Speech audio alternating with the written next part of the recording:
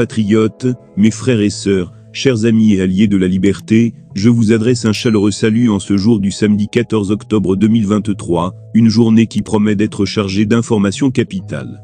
Je vous exhorte vivement à vous connecter rapidement et massivement, à partager cette vidéo avec vos amis, et à inviter tous ceux que vous connaissez à nous rejoindre ici. Nous avons des informations cruciales à vous communiquer, des nouvelles qui vont bouleverser la donne en Afrique, et il est de notre devoir de les partager, avec le plus grand nombre. Pour ceux d'entre vous qui ne me connaissent pas encore, je suis votre humble serviteur, une chaîne panafricaine dédiée à la résistance et à l'information. Notre mission est de vous tenir informés de l'actualité politique en Côte d'Ivoire, en Afrique et même au-delà. Aujourd'hui, nous allons plonger au cœur de l'actualité en cours au Burkina Faso, au Niger et au Mali, des développements qui vont non seulement impacter ces pays, mais également l'ensemble de notre continent. Je vous demande donc de ne pas hésiter à partager cette vidéo massivement, à cliquer sur le pouce bleu, pour montrer votre soutien, car ce que nous avons à vous révéler, revêt une importance cruciale pour l'avenir de l'Afrique. Niger, l'ONU mise à la porte. Le Niger vient d'infliger un nouveau camouflet à l'Occident. Les autorités nigériennes ont donné à la coordinatrice résidente des Nations Unies, Louise Aubin, un délai de 72 heures pour quitter le Niger. Cette décision a été notifiée dans une note émanant du ministère nigérien des Affaires étrangères, adressée au secrétariat général de l'ONU. Dans cette note, les autorités nigériennes ont exprimé leur consternation face aux manœuvres orchestrées par le secrétaire général des Nations Unies, sous l'impulsion de la France. Ces manœuvres visaient à entraver la pleine participation du Niger aux différentes séquences de la 78e session de l'Assemblée générale de l'ONU.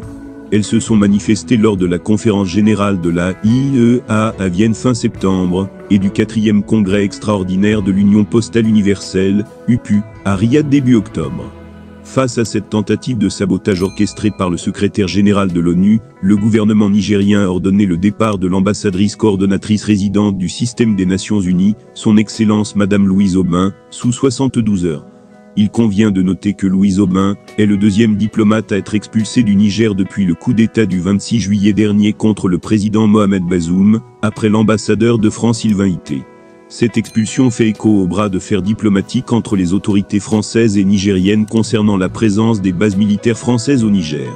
Paris a longtemps ignoré les injonctions du Conseil national pour la sauvegarde de la patrie, CNSP, à qui elle ne reconnaissait pas de légitimité constitutionnelle.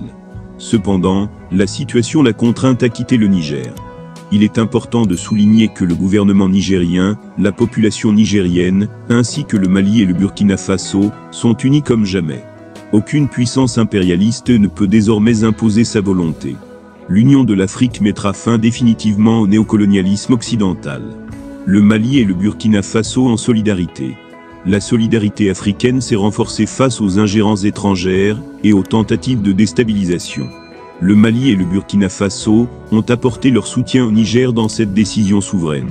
Cette unité entre ces pays d'Afrique de l'Ouest montre clairement que l'ère du néocolonialisme touche à sa fin.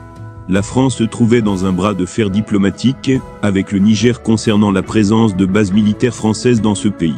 Paris refusait jusqu'à présent d'écouter les injonctions du CNSP, à qui elle ne reconnaissait pas de légitimité constitutionnelle. Cependant, la décision du Niger de faire partir l'ONU annonce la fin de l'ingérence occidentale.